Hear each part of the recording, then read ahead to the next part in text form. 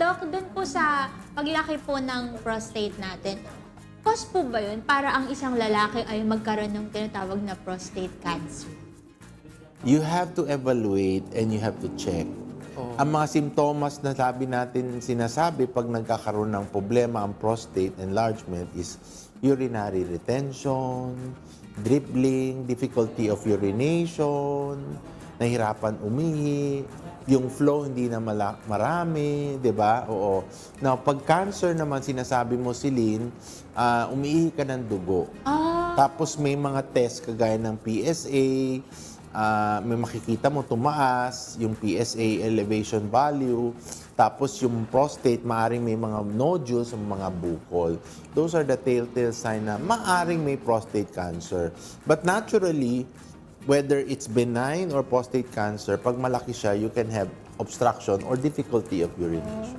Okay. Dok, kapag napabayaan, ano po ba yung mga pwedeng complications na baka tinitiis lang, inaalagaan nila yung kumbaga enlargement po ng prostate? Ano po yung pwedeng complications? Antayin mo, hindi ka makaihi, lagyan ka ng catheter. Nako po, ayun na. Diba? Hindi ka na makaihi, lalagyan ka ng catheter. Okay, but lagi natin sinasabi, once examined, once evaluated, meron naman tayong mga gamot na pwede nating inumin muna, which is good. Then, at least yung profile ng prostate mo, yung initial profile from the ultrasound, tingnan natin, ibase natin doon. Lumiit ba siya o nag-improve, no? If it becomes very worse, so meron naman tayong mga surgical intervention, ino-opera yung kinakayot, URP, o yung ngayon, mga latest, mga laser, treatment na surgical intervention. Pero Doc, hindi po necessary na tinatanggal po ang prostate kapag sobrang laki na po. Depends on the status, Celine. Lagi ko nga sabihin, meron iba, malaki ang prostata, walang simptomas. So you observe. So yun yung sinasabi, pinagpala. No? Now, pag meron iba, medium to large, may simptomas, grabe, yun, either medication, non-surgical intervention, or even open type of surgery na gagawin natin. So, depende yan sa patient at case-to-case basis. What is very important, laging sinasabi natin sa kanila is, once you find there is difficulty or unusual sa pag-ihi mo, whatever kind, then magpa-check up. No, it's good to have yourself check. Pag normal, edi normal. Kasi may iba pasyente pag normal pinipilit. Huwag niyo nang pilitin kasi nalaman niya yung kapitbahay. Meron. Oo, wag kayong hindi yan nag-i-equate na meron kapitbahay mo, barkada mo, gusto mo rin, no? Pag okay ka naman, okay. Pero importante nagpapacheck.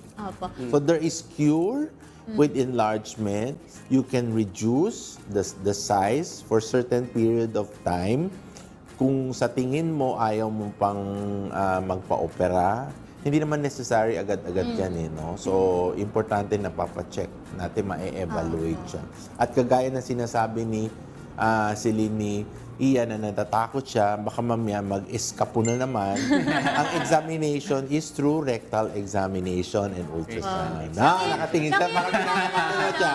Yun yung kinakapa ng doktor. Oo, with gloves and local anesthesia para makita mo subjectively, when I say subjectively, kasi ang evaluation ng mga doktor iba-iba through the fingers, no? Then, ma-evaluate nila on baseline. When I say always on baseline, ito yung nakita natin. Then, follow up after subsequent consultation and medication. Dok, ilang taon po ba ang lalaki para mag-start po siya na magpa-check up para sa prostate niya po dapat? Tsaka gaano po kadalas sa isang taon yung pagpapacheck up po ng prostate? At now, 50 pataas is okay. 50. Okay. If you have symptoms na quite unusual, yung bracket ng age mo 40 to 50, magpa-check ka na rin. Kasi meron tayong nakikita 45, 46, 47, mga 48. Meron mga simptomas. So, pa-check ka. Huwag mo nang antayin, sabi kasi ni Doc, 50. 50 lang ako pag nag-age nang papacheck. No. If ever you find it really, especially pag yung gigising ka sa umaga, very significant yung symptom na tinasabi natin na nocturia. When you wake up from the midnight, when you say midnight, ayan, yung gabi na, tulog ka, 12 midnight, 1 o'clock ihi ka, 2 o'clock ihi ka ulit, 3 o'clock. Parang oras-oras umiihi. Maya-maya. Oo. And when it comes to 4 or 5 times, that becomes very significant of an enlarged prostate or obstruction. Ito, Dok, ito konti na lang pong prevention na lang, Dok, para ano po natin. Ito po, about sa prostate enlargement. Prevention, always look at the urination, micturition, or voiding na sinasabi natin pag nagbabago, check. If you are 50 years old and above, mag-annual examination, just have a check. Yes. I know it's very difficult, nakakatakot siya.